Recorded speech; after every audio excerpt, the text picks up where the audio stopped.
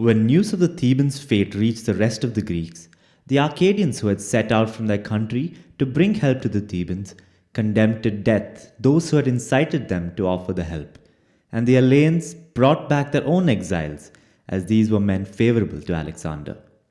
The Aetolians sent embassies from each tribe to beg forgiveness for their own hint of revolution on news of the Theban revolt.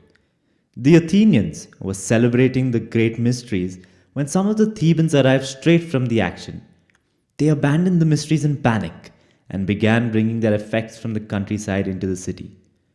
The people met in assembly and, on the motion of Demades, chose from the whole citizen body 10 ambassadors known to be particularly acceptable to Alexander, and sent this embassy to offer him, on behalf of the people of Athens, their formal, if belated, congratulations on his safe return from the Triballians and Illyrians and on his punishment of the Theban insurrection.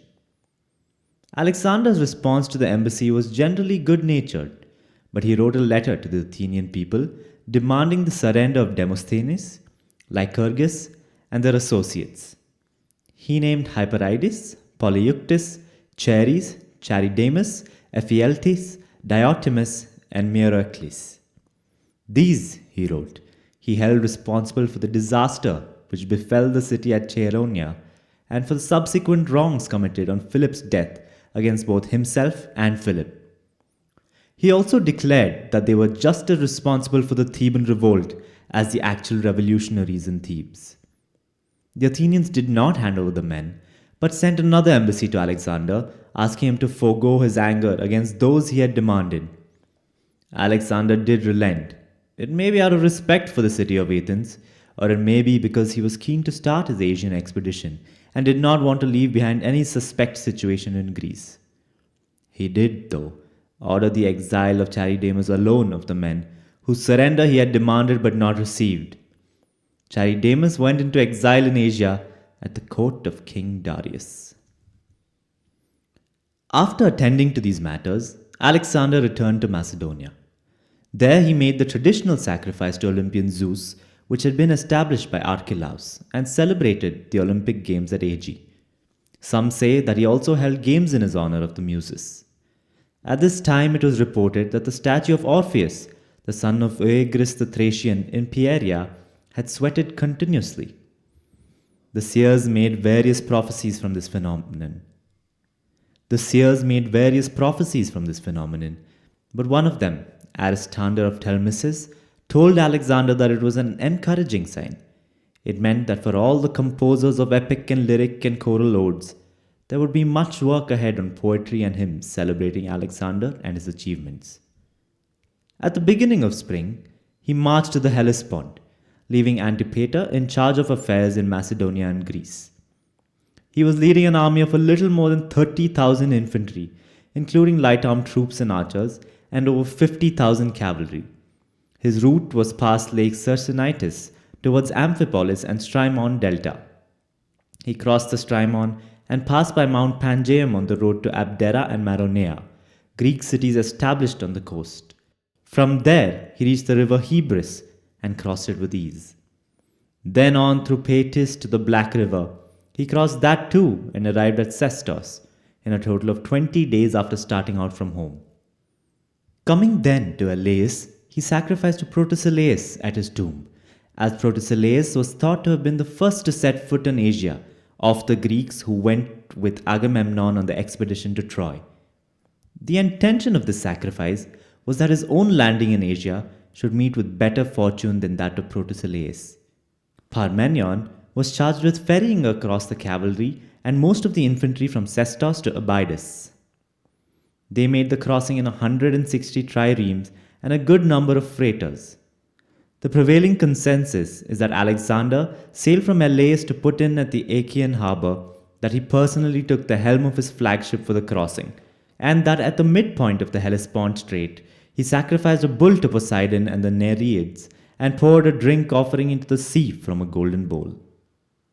They also say that he was the first to disembark on the continent of Asia and did so in full armour, that he set up altars both where he left Europe and where he landed in Asia to Zeus, the protector of landings, to Athena and to Heracles, that he then went up to Troy, sacrificed to the Trojan Athena, and dedicated his full set of armor in her temple, taking in its place some of the consecrated arms still preserved there from the Trojan War, which, it is said, his shield bearers then used to carry before him into his battles.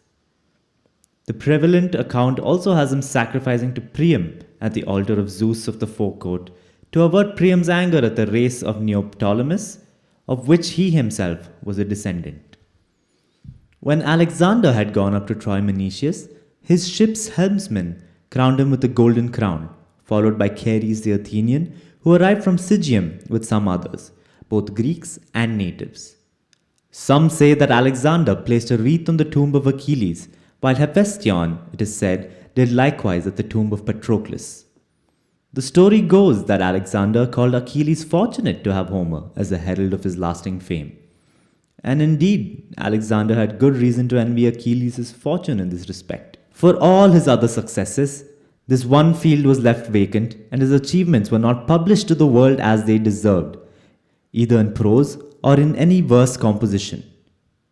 There were not even any choral odes written for Alexander, as there were for Hieron, Gelon, Theron, and a host of others who bear no comparison to him.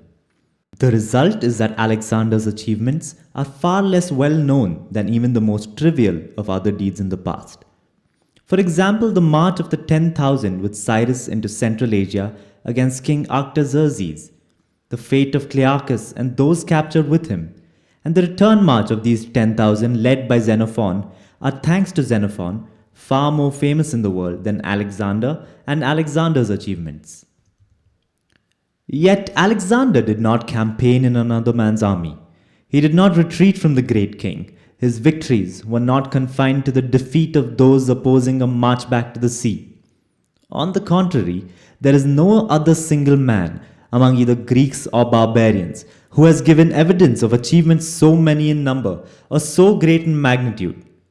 That, I can affirm, was my own motive in embarking on this history. I did not think myself unsuited to the task of making Alexander's achievements clear to the world. As for who I am to make this claim about myself, I have no need to record my name. It is by no means unknown in the world. Nor to state my country or my family or any public office I may have held in my own land. What I do set on record is that these works of mine are to me, and always have been from my youth, my country, my family, my public office. And that is why I would not disclaim for myself a supremacy in the Greek language, just as I regard Alexander as supreme in war. From Troy, Alexander came to Arisbe, where his entire force had encamped after crossing the Hellespont. On the next day, he reached Percote, and on the day after that, he passed by Lampsacus and camped by the river Prosectius, which flows from the Mount Ida range and discharges into the sea between the Hellespont and the Black Sea. From there, he came to Hermotis, passing the city of Colone on the way. He always had scouts sent ahead of the main army. These were led by Amyntas, the son of Anabasis, who had under his command the squadron of companions from Apollonia. Their squadron leader was Socrates, the son of Sathon, and 4 squadrons of the so-called advance guards. Along the route of his march, the city of Priapus was surrendered to him by its inhabitants, and he sent a detachment to take it over under Panagoras, the son of Lycagoras, one of the companions. The Persian commanders were Arsames, Rheomithres, Patanes, and Niphates, and with them Spithridates, the satrap of Lydia and Ionia, and Arsates, the governor of Hellespontine Phrygia. They were already encamped by the city of Zelea with the barbarian cavalry and the Greek mercenaries.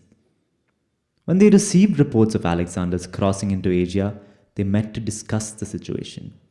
At this debate, Memnon of Rhodes advised that they should not risk taking on the Macedonians, who far outnumbered them in infantry and had Alexander in person with them, whereas Darius was not there on their own side. They should rather march on, destroy the fodder by trampling it with the cavalry, burn the crops in the ground, and not even spare the very cities in their path. Alexander would not stay in the country if denied provisions.